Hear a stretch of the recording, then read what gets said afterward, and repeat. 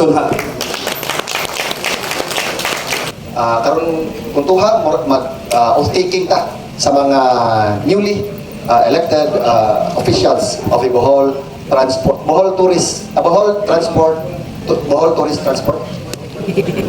Multipurpose Cooperative, Bohol Tourist Multipurpose Cooperative. So akong tawgon ang tanan ng mga opisyalis para sa inyong oath-taking ceremony. Para muhural.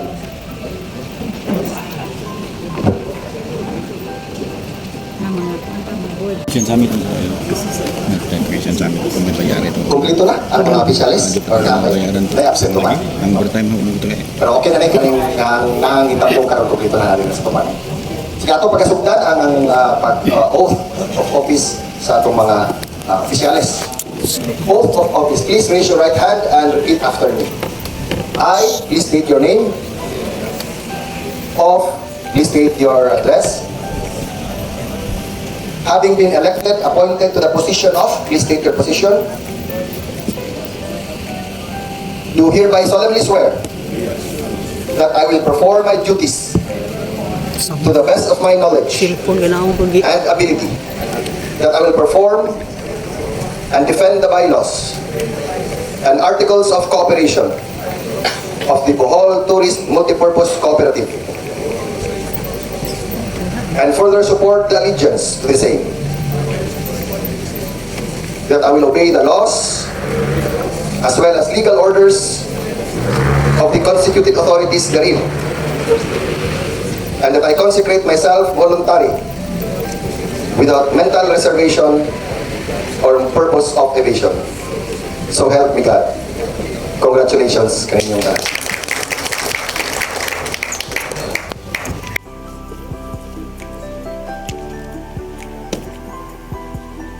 Para sa inyong oath of office. Kumplito na, wala na ilanging mga opisyalis o tapay isa. Napapasaluyo, kasi napay upan nga wala diri, katubangan. Okay, kung kumplito na, atong sugda ng inyong paghural. Please raise your right hand and repeat after me. Oath of office. I, please state your name. Of, please state your address. Having been elected and appointed to the position of, please state your position. Do hereby solemnly swear that I will perform my duties to the best of my knowledge and ability. That I will perform and defend the bylaws and articles of cooperation of the Bohol Tourist Multipurpose Cooperative, and further support the allegiance to the same. That I will obey the laws as well as legal orders of the constituted authorities therein. And that I consecrate myself voluntarily without mental reservation or purposes of evasion. So help me God. Congratulations. Paling mo pictures now. Picture.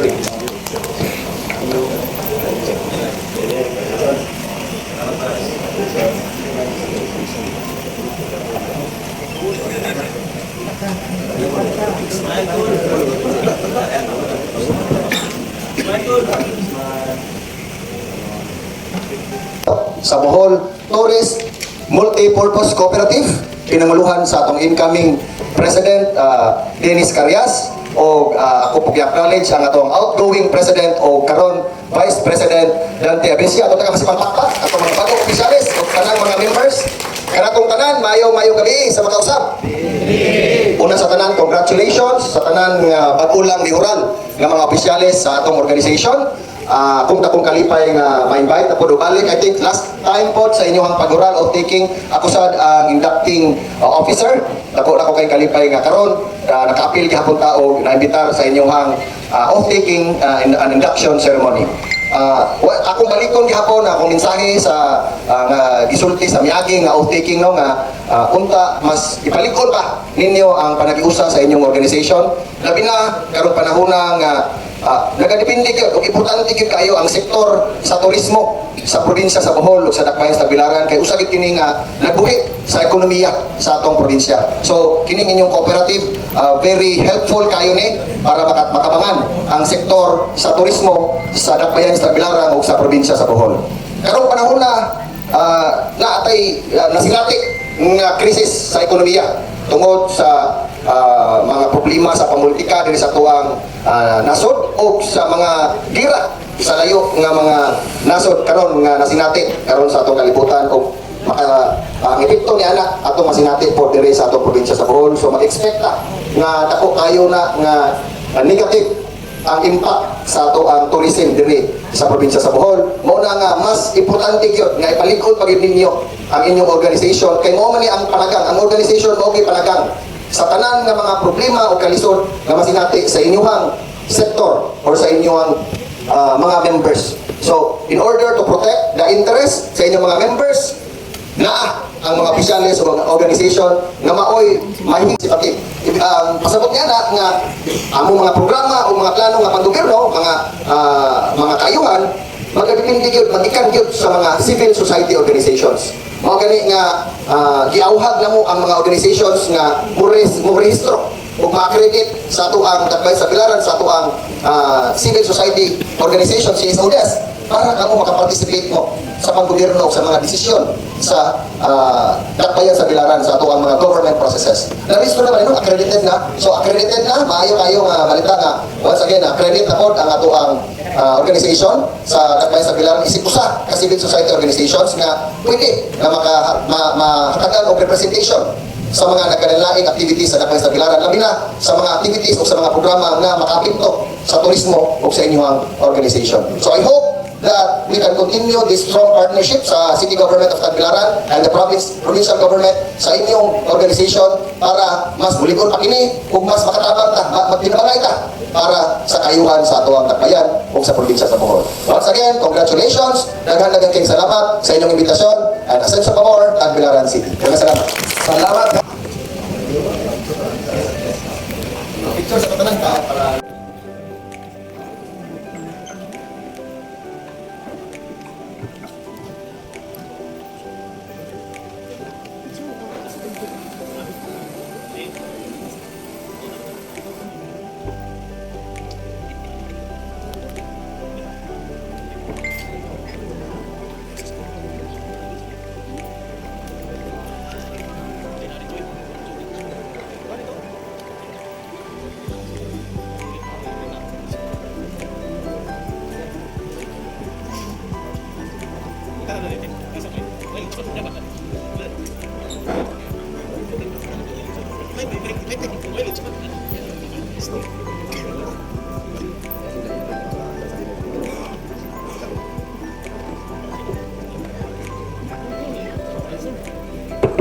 Hello.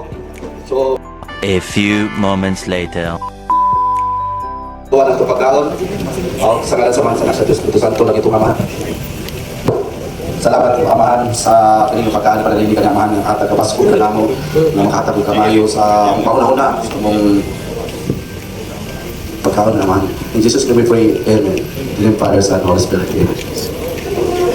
okay, once again, thank you so much, Vice Mayor Adam Nelson Hala.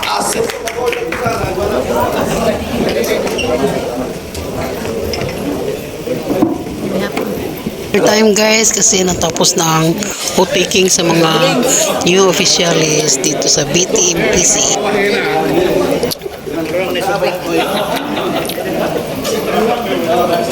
Dinner time.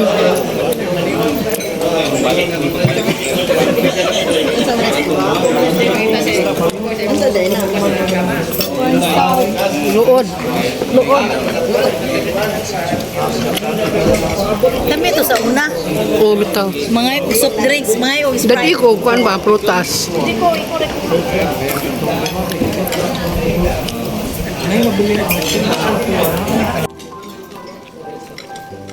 Kain na tayo guys. And thank you for watching.